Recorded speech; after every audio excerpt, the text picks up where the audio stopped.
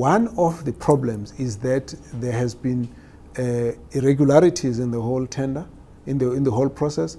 There have been overpricing in there, and therefore that is what we must go and dig up, because from what was originally budgeted to what we have paid, we need to work out what that amount is, because we will all agree that something has gone wrong here.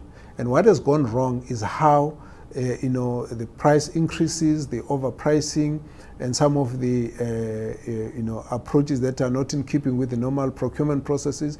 All of those things are what we all, whether you're ANC, whether you're community, society in general, or government, we must all be concerned about that. And I think that's really where we've really had a problem with this particular matter. And I don't think anybody can hide and should hide anything there. That's why we would support that there must be an investigation and action taken on those who are found to be responsible, whether they are still in government or outside government. And that, for me, is a very important issue, because it does not only relate to Nkandla. There are a few other projects of government where there are those kinds of things happening, and we have to act on those. And when there's a community outrage, we understand it.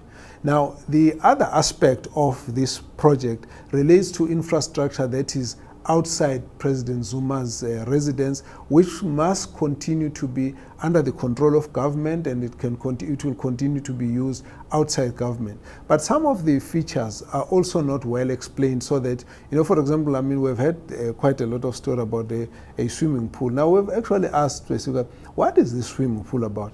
As it turns out, it's not a pool where you can swim.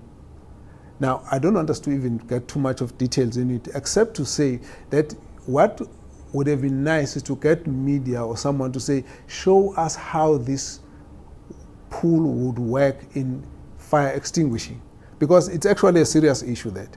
And therefore, all of those features are there. And now I've asked, for example, on a simple question, who swims there?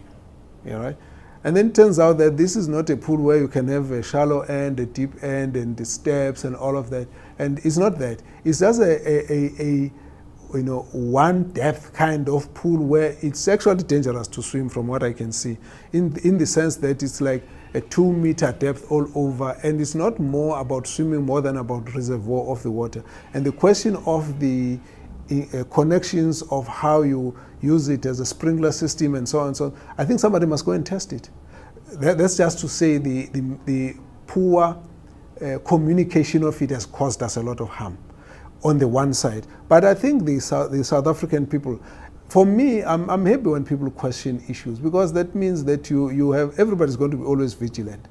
In the case of this one, I didn't even know, for example, that during the days of PW Botha, a whole new airport was actually funded by government, created basically because the requirements of serving a head of state who's in office and who's retired requires a particular degree of infrastructure that goes in there. So we don't have enough of what has been done, but we know about Nkandla. It's really, the amount is huge, and I think the major part of the amount we must deal with is all the irregularities, and we must arrest those people. And in this one, we've been as ANC asking questions, but what action has been taken here? And you realize suddenly that in the Department of Public Works, you have lost 2 heads of departments since this project started.